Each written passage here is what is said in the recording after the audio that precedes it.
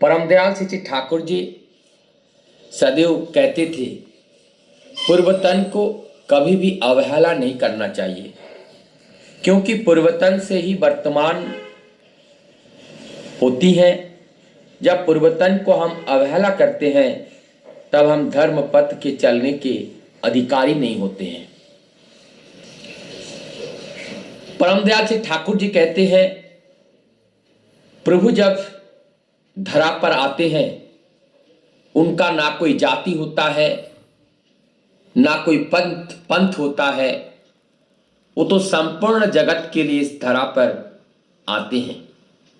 लेकिन हम मूर्ख अज्ञानतावश हम उनको एक घेरे में डाल देते हैं, डाल करके उनको सीमाबद्ध कर देते हैं। वो सीमाहीन है और उनकी जो भागवत सत्ता, उनके अंदर जो गौर तत्व, उनके अंदर जो कृष्ण तत्व, उनके अंदर जो जीसस तत्व, उनके अंदर जो बुद्ध तत्व, ये तनु अलग है। ये नरतनु नरदेह अलग अलग हो सकता है।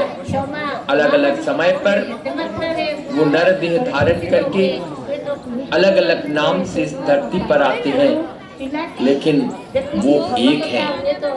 परमदयाल श्री ठाकुर जी कहते हैं बुद्ध ईसा में विभेद करते हो, श्री कृष्ण रसूल कृष्ण में, जीव उद्धार में आते वही, वो सब एक है। ये क्या नहीं जानते हो? तो सब एक है। और आज वही 25 दिसंबर प्रभु यीशु क्राइस्ट का मीनिंग होता है मसीहा, लोगों को प्यार करने वाला, लोगों को हित करने वाला मसीहा का जन्म आज के दिन हुआ था। कहाँ हम सभी लोग जानते हैं, जेरूसलम के जो बेथलहम, उनको मेरी को कहीं पे भी रुकने का जगह नहीं दे रहे थे। तब वो लोग ने गडरिया के पास आकर, भेड़ चुकाने वाले के पास आकर वहां पे ठहरे। लेकिन इस बात को, वो तो प्रभु, वो परमपिता के संतान है, जीसस परमपिता के संतान है। वो जानते हैं किस तरीके से उनका अवतरित करना है, उनकी जो लीला है ये जगत में किस तरीके से प्रचार करना है, उनकी बात को ये जगत में कैसे फैलाना है।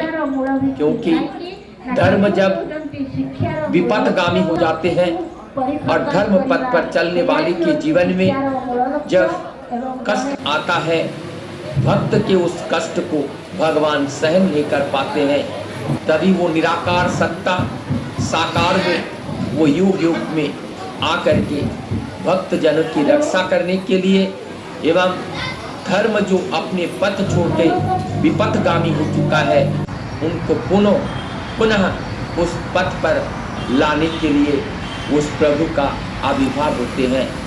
और उनका जो यहाँ से आज 2023 है, 2023 वर्ष, उन्हीं के जन्म से ही ये ख्रीष्टाब्द बना है। तो ये 2023 वर्ष पहले उनका जन्म हुआ था। उनका जन्म भी एक अलौकिक तरह से ये जन्म हुआ, और ये अलौकिकता हम लोगों को देखने में लगता है, क्योंकि हम गहराई में नहीं जाते हैं, वास्तविकता में नहीं जाते हैं, उछलता में हम ज़्यादा विश्वास करते हैं, उछली हुई बातों को ज़्यादा समझने का कोशिश करते हैं।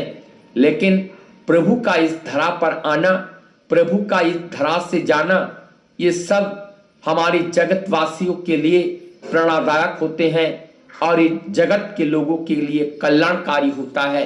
वो कल्याणकारी बेला को, कल्याणकारी बात को लेकर के आते हैं।